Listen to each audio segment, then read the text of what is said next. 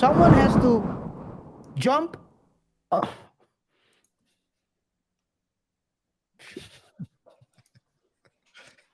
should I say it? Someone has to jump on the barbed wire so someone can step over him and reach the enemy.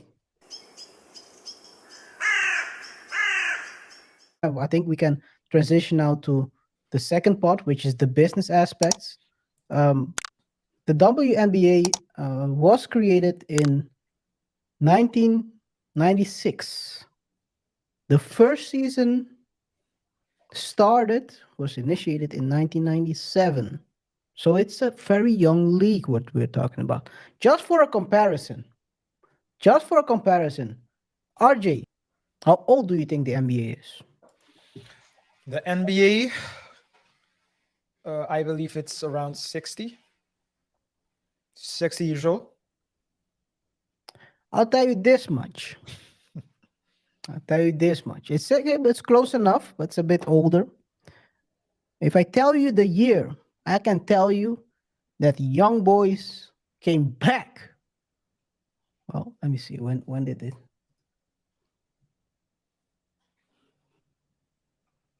Yeah. Young Boys came back from the trenches and started balling for the trenches of the World War II.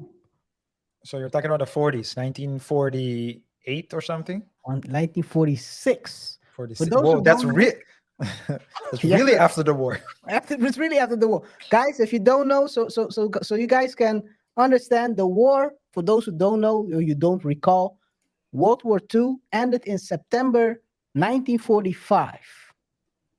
And not long after, in June 1946, just not even a year later, the WNBA started. So you bust a couple of caps to free the world, and then you ball out. Well, the product wasn't that good back then, but right now we are 76 years later. And look at what we got. We had Michael Jordan. We had guys like Bird, legend Bird. Chamberlain, Clyde Drexler. It takes time. Who is naming the players that started in 1946? Who were those legends? Not to disrespect them, because those are the founding fathers. Yeah. But just remember, guys, we're talking about it takes a lot of time to develop a league and develop a product. No one knows those guys, by the way. You can check, maybe the NBA aficionados can tell us in the comments. Guys, let us know who we don't know. I don't know no one from that time. Yeah, me neither. I think that if you have a legend, someone who balled out during that time, I don't know, but it takes time. So right now we're talking only about the legends of the last maybe 20, 30 years. Those are the guys that built upon the foundation that was laid of the soldiers. You can call them soldiers because they were at the forefront. They were the ones that were playing for nothing. Barely nothing. You would be better to start a career in sales than to play basketball. But they sacrificed for what they believe in, the game. Yeah. Someone has to jump.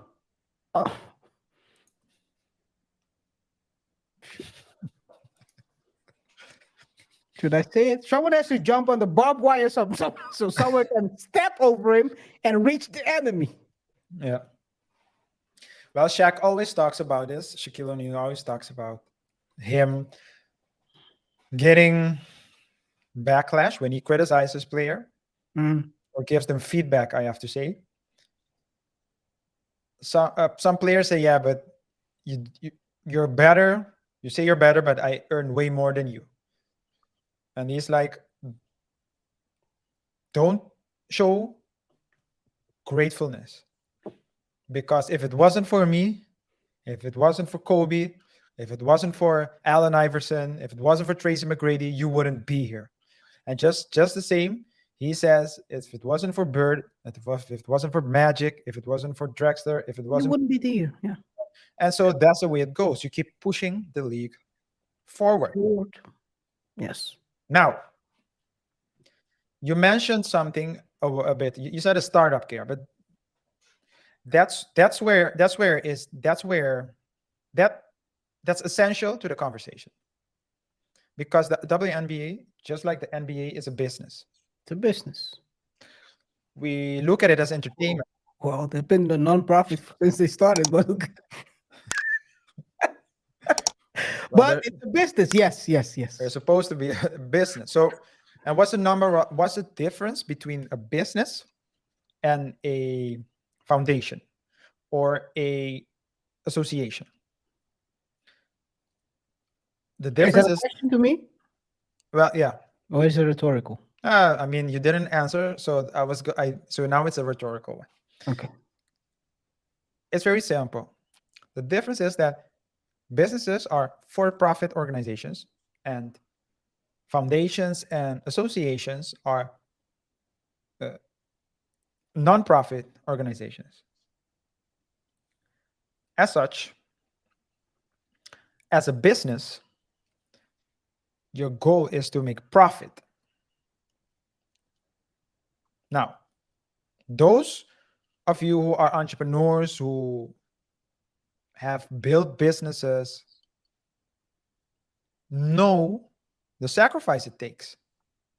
You mentioned it jokingly about throwing yourself over the barbed wire so someone else can walk over you and get to the other side. But in essence, there's a lot of sacrifice that need to be made By the founder.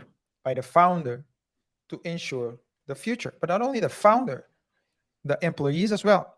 No startup can offer its employees benefits like a company that has existed 50 years, that's been profitable, has been able to. You don't get bonuses and pensions and those type of things as if you're an employee of a startup. I will add this to avoid people commenting. One asterisk to that. Unless you have major backing. Yeah. So but then you have an investor or multiple investors who put in a lot of money because they don't want to play the long game. They just put money. Yes. They say, get the right people here now. What's the market value of a quality CEO, quality COO, quality CFO, quality IT officer, whatever the case may be, and let's start, because we want to be there. We want to reach our goals in 3 to 5 years instead of 20 to 30 years. And then I agree with you. Yeah. But then there's the cap. But even then, you don't put money. You only put money in something that you know is going to be profitable. Yeah. Because if I put the money in a startup, then that's great, but it also comes with a lot of pressure for the founder and the C-suite executives, because you have to perform as well. Yes. More So pressure. Yeah. So either way, some sacrifices need to be made. In the case of the WNBA, I don't know exactly how it was for the NBA during that period of time in the 1940s. But the WNBA has received, well, backing from the start. And Great. even now, and even recently. Yeah. Let me share my screen real quick so you guys can see. WNBA raises 75 million in capital. Investors receive equity in the league. Continue. Yeah. So they've received backing that the NBA probably never received. At least not proportionately, and not at the very, very start. It was something that you gradually, of course, usually you need a proof of concept, right? So I see a business. If I'm an investor, someone comes, says, "Hey, I need money for my company." I say, "How much money?" 10 million. Okay, let me see your financial numbers. No, we have no financial numbers yet.